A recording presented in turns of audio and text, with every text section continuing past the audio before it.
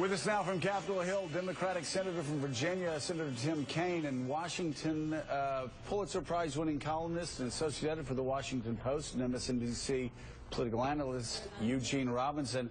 Senator Kaine, what threshold do you think the president needs to cross as far as proving the need to take action against Assad militarily to get enough members of the Senate and the House to go along with this resolution?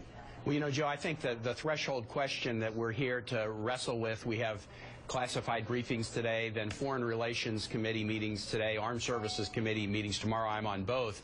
The threshold question is getting all the intel to make sure that the chemical weapons were used, in fact, by the Syrian government. But it seems very clear to me, based on what I've seen, that that was the case.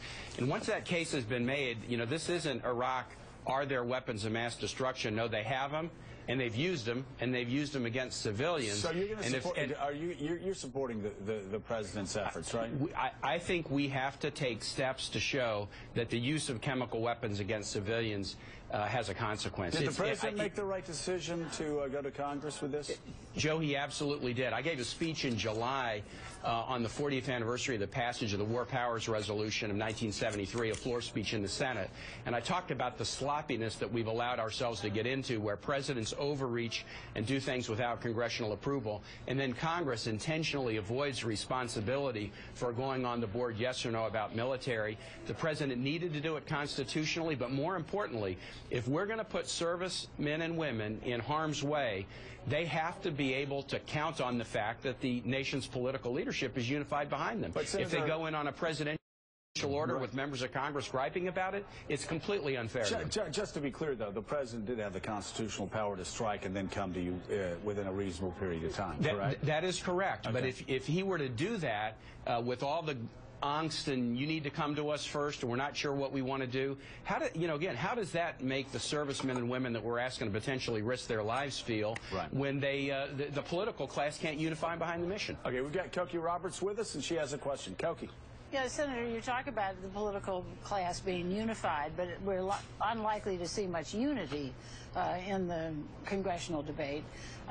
First of all, what kind of harm can that do? But secondly, what's your threshold here?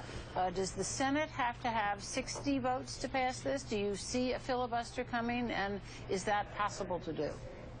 You know, there might be an effort by some on the other side to filibuster, but, you know, I remember back, Cokie, when we were debating Chuck Hagel, I think there was a sense for the approval of a Secretary of Defense. There was sort of a strategic filibuster for a couple of days, but then wiser heads prevailed and said we shouldn't be using the filibuster technique to block the Secretary of Defense when it's such a critical position. There will be some jousting procedurally, but I do believe, based on the discussions I've had with Senate colleagues, I was on a number of conference calls with them, Democratic and Republican, last week, prior to the president making the decision about coming to Congress. I think you'll see strong congressional support, because I think we still care about the international principle that you don't use chemical weapons against civilians. Vladimir Putin may not care, but I think members of the American Congress do care and will care. Gene Robinson.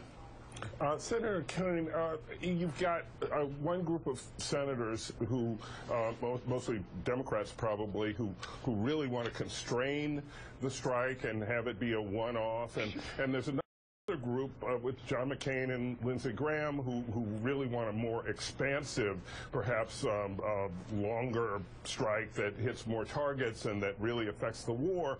Are we going to have the Senate or even the House trying to run a war, and is that not a recipe for disaster?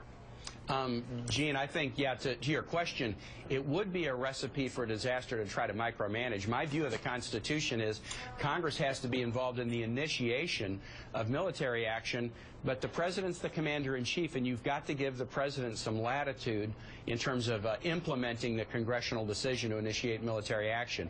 That said, I think there are some very appropriate questions that we need to ask and even potentially put into the authorization that we're authorizing military action for some finite period of time. We've seen that the authorization done in the aftermath of 9/11 is still being used 12 years later as an open-ended authorization. So putting some duration in place, putting some requirement that a president come back for additional authority, for example, before any boots would be on the ground. The White House has said there won't be boots on the ground in this operation. Right. That's probably pretty important to specify in an authorization. So we shouldn't run the, run it. The commander-in-chief and the military needs to run it, but some appropriate limitations, that's a good subject for discussion. Senator, we've got 3 people that still have questions for you. Only 45 seconds. This is lightning round. Tina Brown. Oh, yes, Senator. Do you think it could have been a tactical mistake for the president to say that he was, whatever the vote, he was going to do this, could do this anyway? Because doesn't that actually risk offending Congress and making them feel they're just part of a kind of student activities committee? That what's the point in risking that vote? Right. If you're a congressman whose own constituency doesn't want you to do it. I think that that's a very questionable legal position, but I don't think that Congress is offended. We're here now in committee meetings. We're taking this responsibility in a solemn way, and I don't think that's going to be a factor in how Congress talks about this. All right, Donnie. Congressman, worst case scenario, Congress lets you know that's not going to happen, but if it does, the president still goes ahead anyway.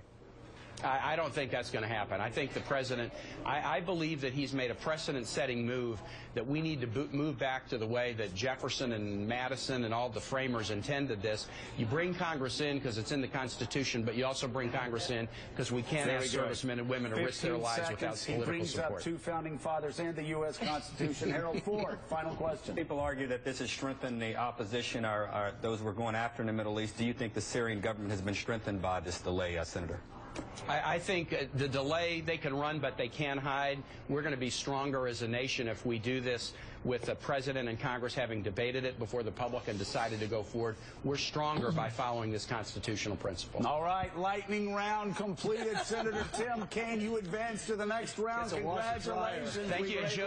Joe, you didn't even give me trouble about Virginia Tech. I feel very successful this morning. You know why I didn't? Virginia Tech actually, I thought their defense held Alabama. Yeah, 200 yards. And, we had 4 big plays. 4 big plays. Without those 4 big plays, Virginia Tech could have won the game. You guys have a good team. Congratulations. Thanks man. Talk to you soon. All right, Senator, good luck.